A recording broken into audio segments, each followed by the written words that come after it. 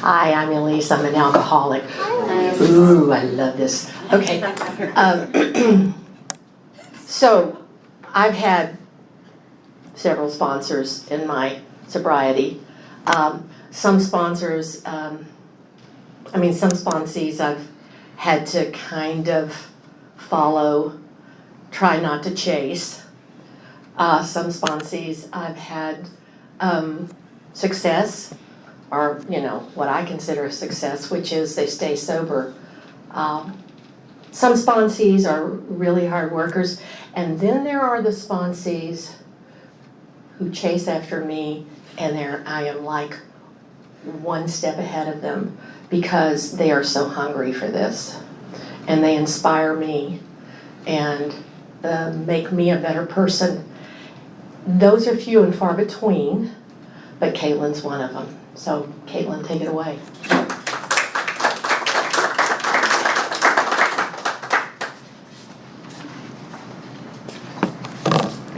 I'm a lot shorter.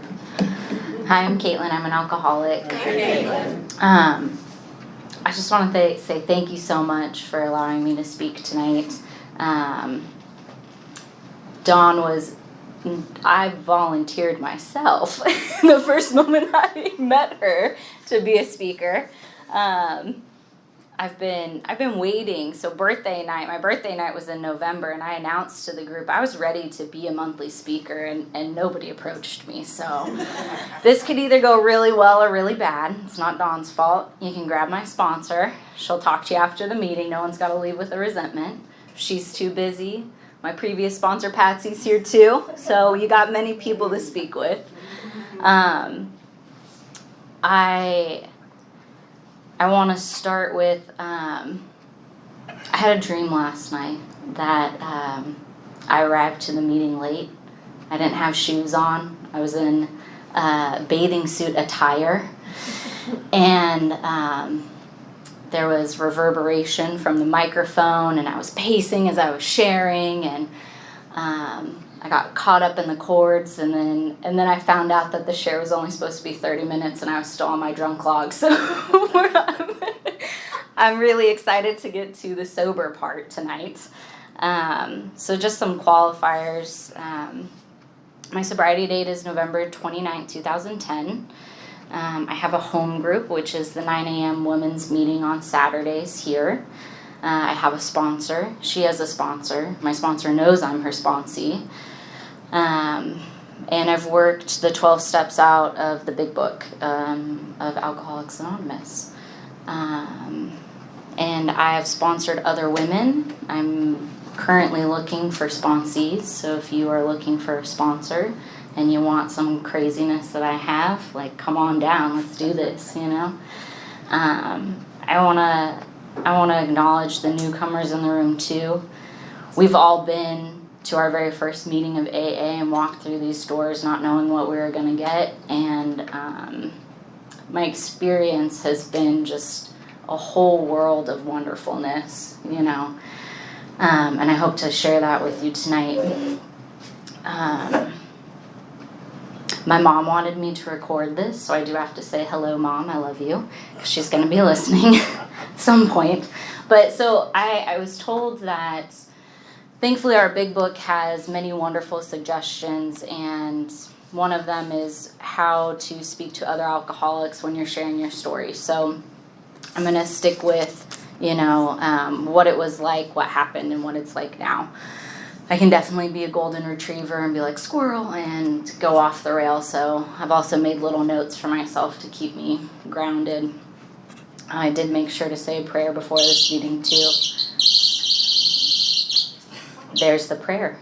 No, just kidding. Just kidding. Yeah. Squirrel.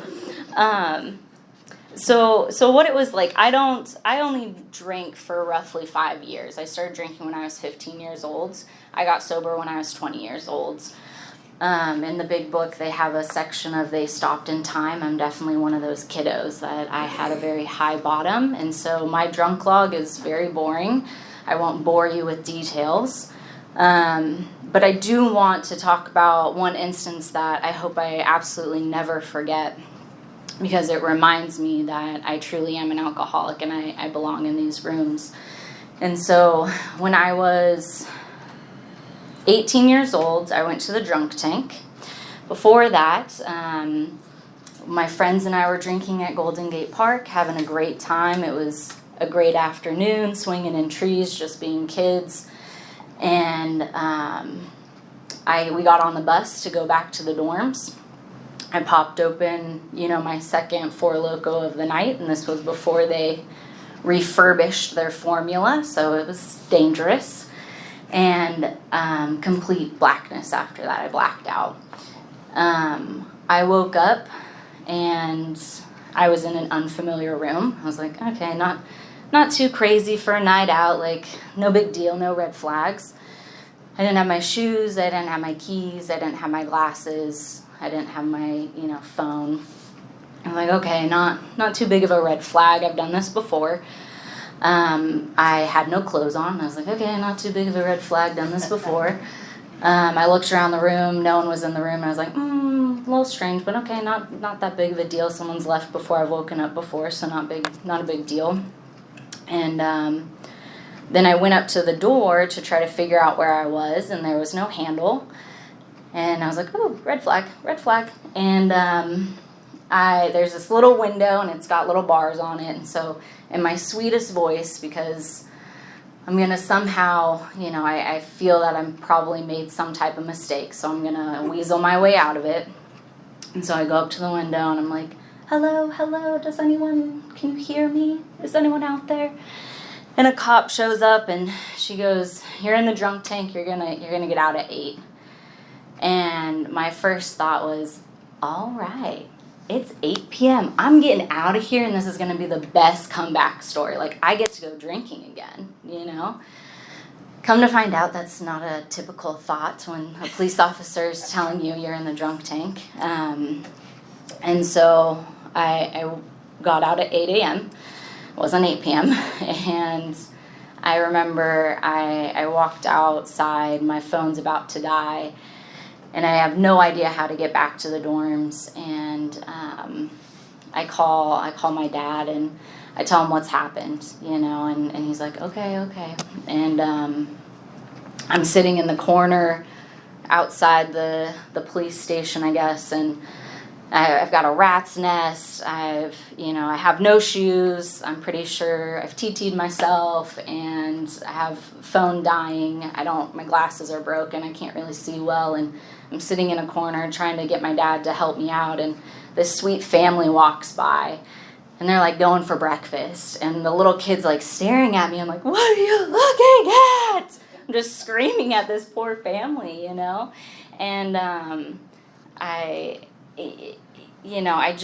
didn't get it. I didn't understand how I could have ended up in the drunk tank, And I remember my dad telling me, he's like, well, when you get a little buzz going, that's when you stop drinking. And I was like, you've got it all wrong. That's when you go, And so somehow, I get back to the dorms, and I feel just completely ashamed, I've said things I shouldn't have said. I've been really nasty to my friends. I've tried to fight people. I ran away from the cops. Just that pitiful, incomprehensible demoralization that they talk about in the book. And I say, I'm not, the problem is drinking, okay? So I'm not going to drink anymore. However, I'm going to try to do a little geographical beforehand to see if that's going to make it better. And we talk about geographicals in the big book of just moving locations, moving areas, moving rooms, that type of thing, to thinking that that's possibly the problem for us. And so I call my mom. I'm like, you got to get me out of here. I got to go. You got to fly me home. She's like, she's grown up in Alateen. My grandparents were alcoholics and worked the program a little bit. She's like, I'm not flying you home. And she said, but I will have your grandparents come pick you up. And my grandparents were no longer sober at the time, but my grandparents come and pick me up, and I get in the car, and my grandma turns around, she pats me on the knee, and she says, "Welcome to the family," because that's my family. This is a family disease in my case. We black out, we fight people, we go to jail, we die. I've got an uncle we're waiting on a talk screen right now because we think he overdosed. So, and so that situation scared me so much. I said, I'm not going to drink anymore. I made a firm resolution. I don't like who I am when I drink. I'm not going to do it. And that kept me sober for about, and I say sober, it was really just dry, It kept me dry for about 3 months. And, the Big Book talks about that self-knowledge about our drinking is not enough, I can talk till I'm blue in the face about what I think I know about myself. But if I don't have something bigger than myself, a higher power or God, to help come and help me stay sober, it's not going to happen. And that was my experience. All it took was one day, I'd been sober for 3 months, and I said, somebody for the umpteenth time said, just have a drink, it's one drink, And I sat there and I was like, yeah, well, I've been sober for 3 months. I get that the problem is I drink too much, and I think I can control it. I must have learned the lesson now, it's been some time. And so I did have that one drink that night, and it was fine. No big deal. But after that, I was just right back to where I was before, I'm a blackout drunk and a binge drinker from the get-go, so nothing changed within those 3 months. I think I probably hit the bottle even harder after that. And so what ends up happening is that I continue drinking for another 2 years. I'm trying to control it. I'm going to therapy, going to yoga retreats. I'm reading self-help books. A therapist tells me, get a drinking buddy, and so you guys maintain each other. I pick the person that drinks the most, of course, so we can keep up with each other. She offers a solution of, well, take some toothpicks, put them in your pocket, take 2. That's your drink ticket. So I have my 2 drinks, and I said, well, you can split these in half and in fourth, and you can get more drinks. It's still within the toothpick. Makes sense, right? Because 1 drink isn't enough for me, and 1 million isn't enough for me. I want oblivion. I basically, I don't understand how to control drinking. Even to this day, I still don't get it when people talk about it. So what ends up happening is that my roommate actually, she gets pulled from school by her parents, and she gets sent into outpatient treatment. And I'm really mad. I'm so mad. This is my drinking buddy. She drinks like I drink. And if her parents are telling her that, she needs to ship shape and get a little better, what does that mean for me, Because really it was nothing about her. It was all about me because I saw myself in her, And she goes back home. She's getting sober. She's in an outpatient program. And every time I'm calling her, I'm saying, I'm just waiting. I'm waiting for her to say, I've tricked the system. I'm actually drinking. They think I'm sober, but I'm having a ton of fun. But every time I call her, she's like, yeah, I'm going to these meetings. It's called AA. I got a sponsor. I read out of this book. I'm going to conventions. I'm going to a camping trip this weekend. I've met friends. We're doing a board game. Everybody's sober, And I'm sitting back and I'm just like, how is that working? Because we had tried controlling drinking together, and I was like, this doesn't make any sense, And around that time, my other roommate's kind of considering sobriety as well. And she finds a meeting on campus, and she's like, hey, you want to go to a meeting? I'm like, no, I'm not ready. Drinking's not the problem, It's the car. It's the city. It's school. Everything else is the problem. And my last drunk is nothing crazy. It was just the fact that it was Thanksgiving break. I went to go see my then boyfriend, and we get into an argument. He's not going to marry me. I'm 19 or 20 now, and I'm really upset that he's not promising to marry me. Granted, we've only been dating for 6 months, but that's just me. And I drink at it, you know. I have a bottle, and I say, screw it.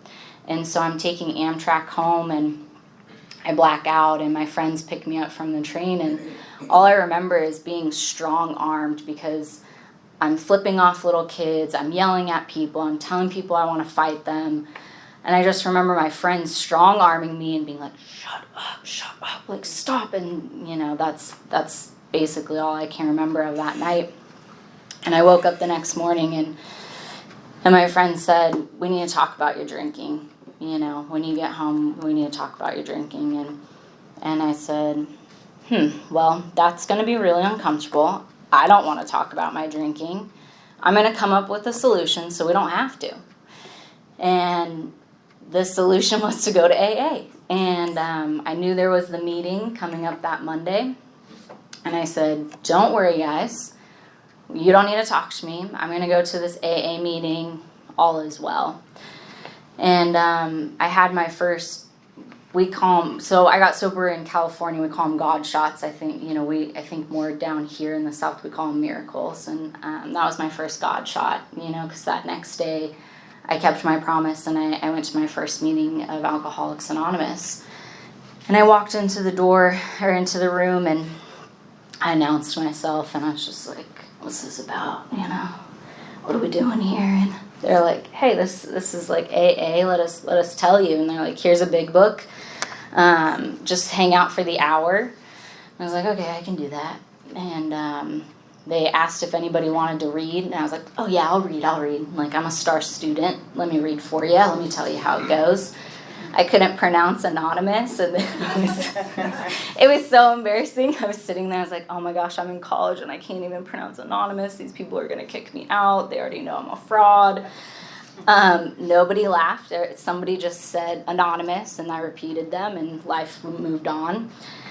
And they said, you know, it was like a newcomer meeting. And the women, you know, they passed around this cute little booklet with all the meetings in San Francisco, and the women wrote down their numbers, and they said they wanted to, you know, talk to me after the meeting, and they wanted to get my number. And I was like, wow, that hasn't happened in a while, you know, because by this time, my drinking has scared me so much that I'm drinking alone at my apartment with my roommate because I'm afraid of what's going to happen when I drink outside of my house. And they want to hold my hand at the end of the meeting. And I was like, nobody's wanted to hold my hand in forever. Like, this is pretty cool. There's some cute guys there. I was like, okay, I could hang. And they said, okay, now get a sponsor. And I said, I'm a college student. I'm broke. I can't afford a sponsor. And they said, don't worry, it's free. And I said, well, if it's free, it's for me because I'm a broke college student. Like, let's go. And I had another God shot of picking up the phone that evening and calling one of those ladies. And her name was Erin, and she agreed to sponsor me, and she gave me some suggestions of what I could do until we could meet up. She said, go ahead and read some pages out of the big book. I was like, okay, that's kind of weird, but okay, I'll do it. And that evening, you know, I remember my roommate wanted, you know, invited me to partake in some, you know, drinking or whatever, and another moment of hope washed over me, and I said, no, I'm going to try this out. I'm going to see what AA is all about. And it was so crazy that, you know, when I left my first meeting, I walked into the quad, and I sat underneath a tree, and I called my mom. And, you know, she knew how much I'd been struggling with drinking, but she wasn't, because of her Alateen experience, she wasn't forcing anything on me, you know. She just kept reminding me that alcoholism is part of our family, And there is a different way of living if I was open to it. And I remember calling her and just saying, I just feel like this might work. It's just that 1 hour gave me so much hope that there could be a different way than what I was doing. I had no idea how it was going to work, but I was so desperate for something to change, and that's exactly what's happened with being in this program. Is my whole life has changed, and it's become so much bigger than anything I could imagine too. So I start working with Erin. We're working our steps. Well, I'm working my steps, and she's helping me. And I'm going to meetings, and I'm starting my 4th step. And she calls me up, and she goes, I've relapsed, and I can no longer sponsor you. And I sat there and I had an internal meltdown. I was like, holy crud, these people have been telling me to do what my sponsor does and I'll get what they got. And oh my God, I'm going to get drunk now. And that was my first lesson, that no person, place, or thing keeps me sober. And I didn't know it at the time, but looking back on it, I can see it. Because, when I came into these rooms, I could see that I was powerless over alcohol. I had written down all these events where I tried controlling my drinking and it didn't work out. And I couldn't really understand how my life was unmanageable because of it. But then it started, I started writing things down, and it turned out, the only thing I was holding together were my grades, just by a little hair. Everything else was just completely out of control, but I was so detached from reality that I couldn't see it at all. And so I was like, okay, I think, I think I got step 1. I can see where things are unmanageable. And then 2, they say, came to believe that a power greater than ourselves could restore us to sanity. And I didn't grow up in a religious household, so I had a really hard time. I was like, okay, well, they're using the word God a lot, and, though it says a power greater than ourselves, there's this word God in the big book a lot, and, but they tell me it's not religious, and so I really had this blank slate to start building a relationship with something bigger than myself. And the first thing I chose was a little pendant that my grandma had when she was in sobriety, and it had the Serenity Prayer on it and praying hands on the other side.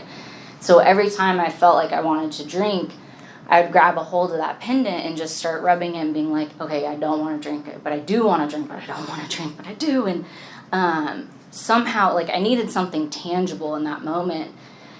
And from there, I'll talk more about it a little later, but that was just it was just enough willingness to make me sit back and say, I'm not the center of the universe. I can't be a power greater than myself, I can't be the biggest power there is, that, and I'd thought that for so long.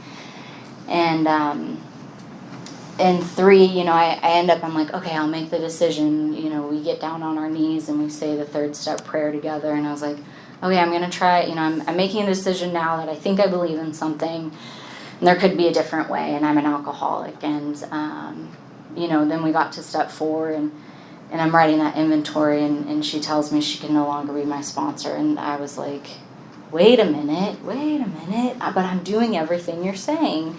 And I don't understand what that's going to mean for me. And because my belief was still so new, I really didn't have a firm grasp on it, and I didn't see that something non-tangible could keep me sober, And she goes, well, I've talked to my sponsor. She's willing to take you on as a sponsee if that's something you're interested in. And I said, okay, I can do that. And so I start working with her, and we got to start the steps all over again. I'm like, oh my gosh, you got to be kidding me. I just went through these freaking steps already. And And I'm huffing and puffing and like, but I already did it. Why are we doing this again? I thought there was no like pass or fail. Like I thought this would be enough. And, you know, it was a totally different thing. You know, it was the reason why we started it over is because it was a new relationship with a new person. And I needed to go through the steps with her to have that connection with her, you know, to move forward and to feel safe enough to go through the rest of the steps with her. And so we're going through the rest of the steps, and she says, you need to go to 90 meetings in 90 days, and you need to get a commitment. I said, okay, I can do that. So I get a commitment at a young people's meeting because there's some hot boys there, you know. And I run into this situation of I don't remember anyone telling me maybe don't have a relationship in your first year of sobriety. So girl meets boy on AA campus situation, you know. And you know, it was great and it was hectic, and I get to learn a very valuable lesson that no significant other, boyfriend, spouse, girlfriend can be your higher power. And I get to learn that lesson for 3 years. And so it's a hard lesson to learn. Long story short, it doesn't work out. I finished the steps, I'm sponsoring women, but all of a sudden, because I don't have a clear connection with a higher power, he slowly becomes my higher power, and I don't even realize it. But all of a sudden, I'm deeply obsessed with this person, and we make a geographical together, and we don't get set up in the new fellowship where we move, and we don't get sponsors, and we begin to become really sick together. And I'm 3 years sober now, and I'm running off of self-will and living in misery and thinking that this is as best as it's gonna get. And I remember I get this funny feeling that he may not be faithful, so I set out on a mission to catch him. So then I can be a victim and possibly drink over it. Basically, that's where I'd gotten to. And so I'm rolling out of bed, getting on all fours, crawling across the bedroom to his side of the room to grab his phone, to go through his text messages, to go through his social media, because gosh darn it, I'm going to find my reason to drink, and it's going to be that. And that, though looking back on it, I find it humorous. But that was the most painful time in my sobriety. I had hit a whole new bottom that I was unaware of. But it was the best lesson for me to learn that no person, absolutely no person, can be my higher power. And, we get to a point where we end up breaking things off. But before we do, I make a desperate attempt. I say we get sponsors, we get back into AA, or we go to therapy. And I go ahead and I get a sponsor. I can feel the urge of drinking over this and the pain that I'm feeling. And I've been told that, if I keep on this road, I'm going to drink. And by this time, I do feel that to drink is to die. So, my motives were a little skewed because I thought maybe if I get a sponsor, then I get to keep the boy. Maybe I get to fix it by doing this. That wasn't my experience. But that motive got me back into the program. And so when we end up breaking up, I'm working with this lady, and she grabs me and she saves my butt, man. She sees that I'm teetering on going out and drinking. And she grabs a hold of me and she just gets me back into the program and kicks my butt like I had never had it kicked before, And that was probably the most in-depth that I've gone into step work, that pain was just so great. I remember people talking about, their 4-step and saying, yeah, my 4-step's like 5 books long and there's so many resentments. And I was like, man, I don't get that. My 4-step's only like 2 pages and you guys must be really messed up. Like, man, good thing I got here early. And my 4-step that time around, though, was books long. It was books long because I'd worked myself into so many resentments by not working this program. And, she just, I can't express my gratitude enough for the women in these rooms. And she came in when I felt so hopeless, and showed me how I could get through this. Because I had never gone through that type of breakup in sobriety before, And I get to this place where I'm feeling good. I'm going back to meetings. I've got AA friends. I'm going to a lot of women's meetings. And I get the opportunity to go to grad school in the Caribbean. And, I was told in this program that if I'm in fit spiritual condition, I can go anywhere. If I've got a connection between myself and a higher power, there's going to be a barrier between me and that first drink. And one of my previous sponsors, she ended up moving to Australia, and she told me, she said, I didn't get sober to not live life and have fun and go on adventures, like there's AA in Australia, there's AA all over the world. And I was like, oh, that's strange, but okay, that's cool. And I remembered that moment of her saying, anywhere you go, there's AA, we're all over. And so I moved to the Caribbean to start grad school, and I'm so nervous. I don't know what to expect. Their website is so out of date. I don't even know if there's AA meetings on the freaking islands. But there was AA within my university, and there's about 10 of us, about 5 meetings a week. And, those shares can get a little dull, for the umpteenth time when you're with only 10 people every year. So, but I feel like my relationship with AA during that time, because I didn't have as much, it truly turned into, okay, let's dig a little bit deeper with you and your higher power, because there's going to be a moment where you feel like drinking and there's not going to be a meeting, and the power's going to go out, so you're not going to be able to call anybody. You won't have internet to reach out. And that relationship with my higher power really deepened during that time, because I was stripped away of those things, that I felt were going to be so important, and how could I live without them?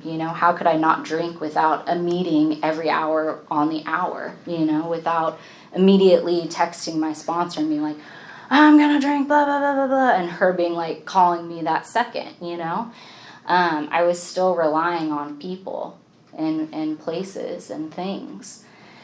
And, I go through the schooling there, and it's very rigorous, and I'm doing the deal, and, there's not a lot of 12-step work there, because there's only 10 of us, and about half of them are only there for, part of a season. They're expats and only spend 6 months out of the year there. And that's when AA turned into, oh, I get to take this program outside of the rooms, and I get to bring it out into the world that I walk in every day.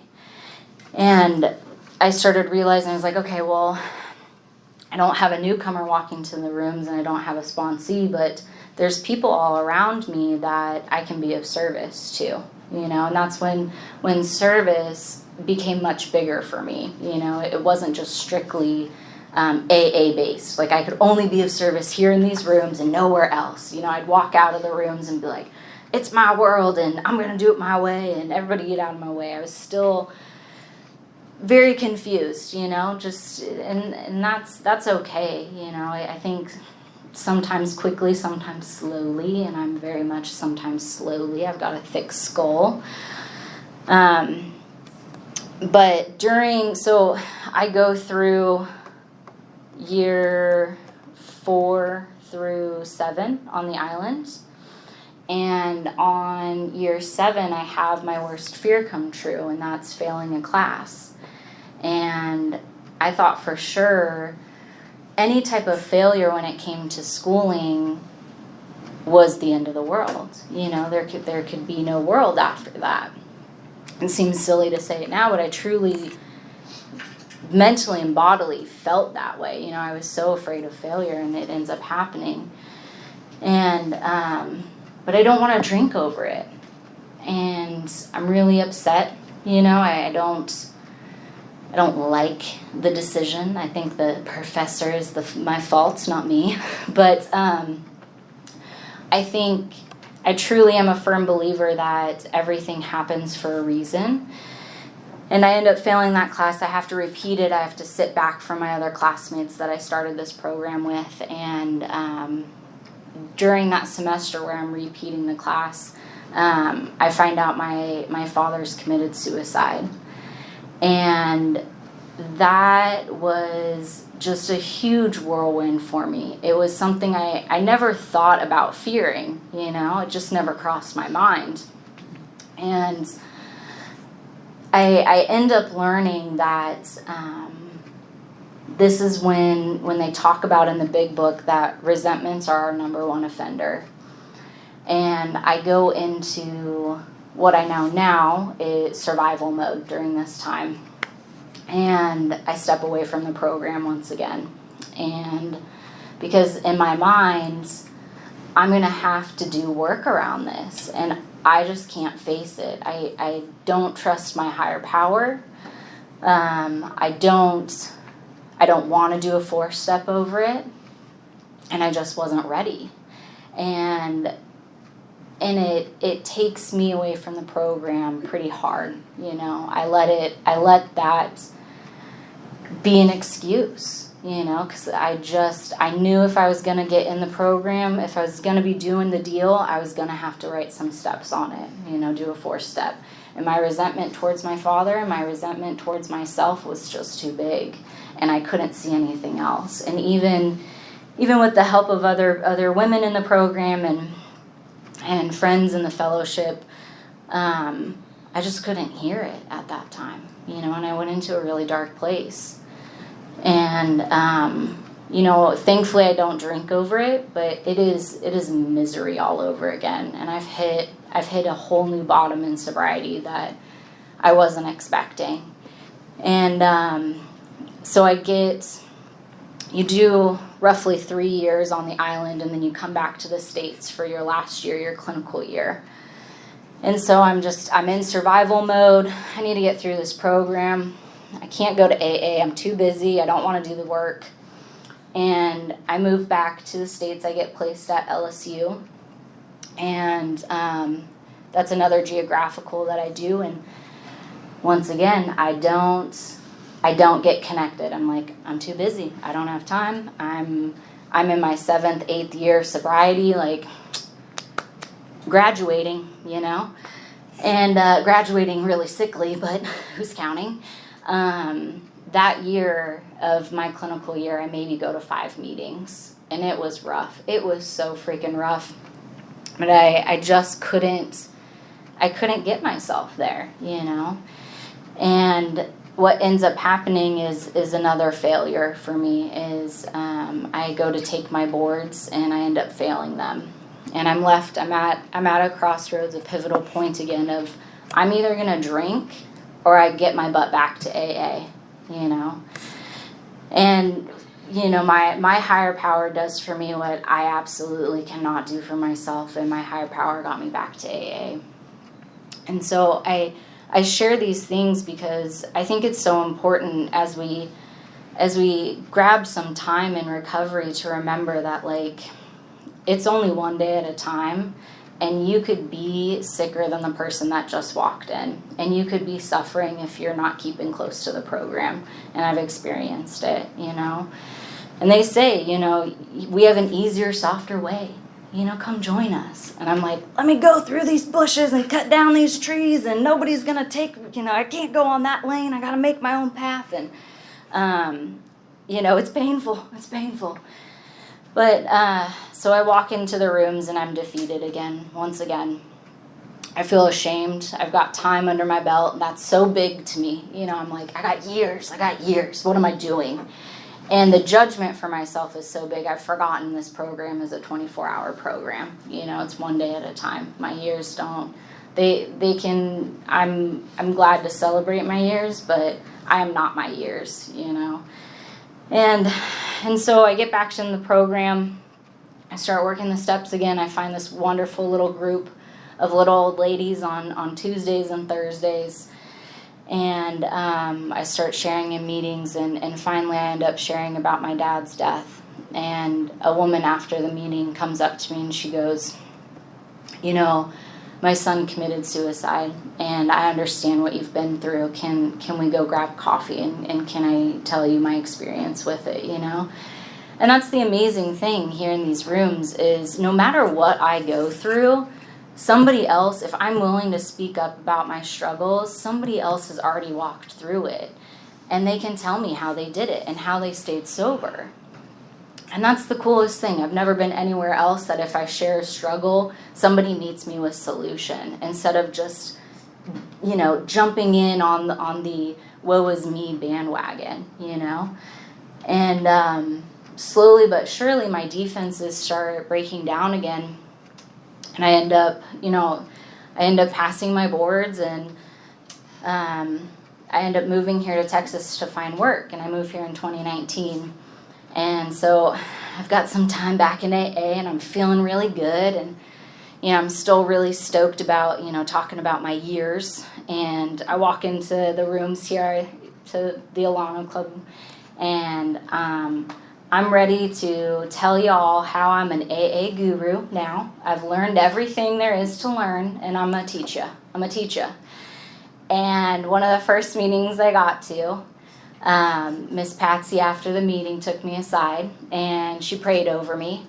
And I said, oh, Lord, this woman's crazy. And I said, will you be my sponsor?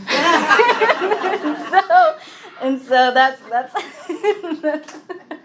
how Patsy and I start working together. And we did some really great work together. And so, what is it like now today? I feel that this is the most spiritually fit I've probably ever been in, just because of doing the deal, truly just trying to do the deal, waking up and saying a prayer, going to bed and trying to remember to do my 10th step, calling other women in the program, getting my butt to a meeting. But, I now feel that this isn't about alcoholism anymore. This is about a way of living. And I'm really trying to live the way that's outlined in the book, And is that a heads up of it's almost time? I went to the Blue Bonnet retreat this year. That was freaking cool. I haven't been to a retreat since early sobriety. I went to that effective chairing meeting last Saturday. I learned things that I've never learned in this. I just, my ears were stuffed with cotton, and I was like, oh my goodness, there's so much more to this program than what I originally thought, And,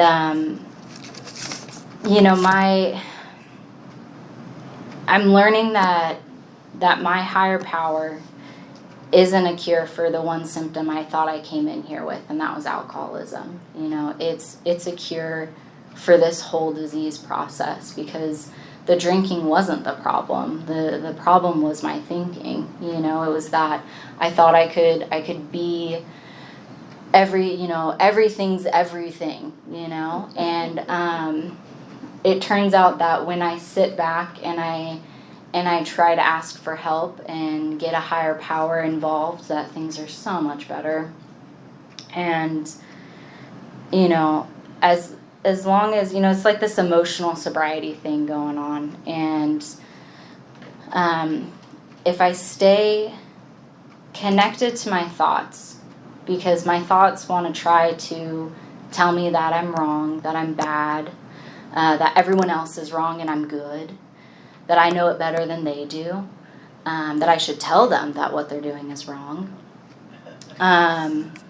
If I can get ahead of those thoughts and pause and say, maybe there's a different way of thinking. Maybe my perspective can be changed in this moment. Things are just so much better. And so I hope that if you're new, that you consider, hang around a little bit and have an open mind, even if that's simply like, okay, maybe. And if you're not new, but you're struggling, like I see you, I have struggled too in these rooms, but we don't have to do that alone. This is a we program, not a me program. And I can't express my gratitude enough for what this program has given me. And I think that's all I've got. It says 46 minutes, so I feel like that's good. Right? That's a long time to be sharing. So thank you.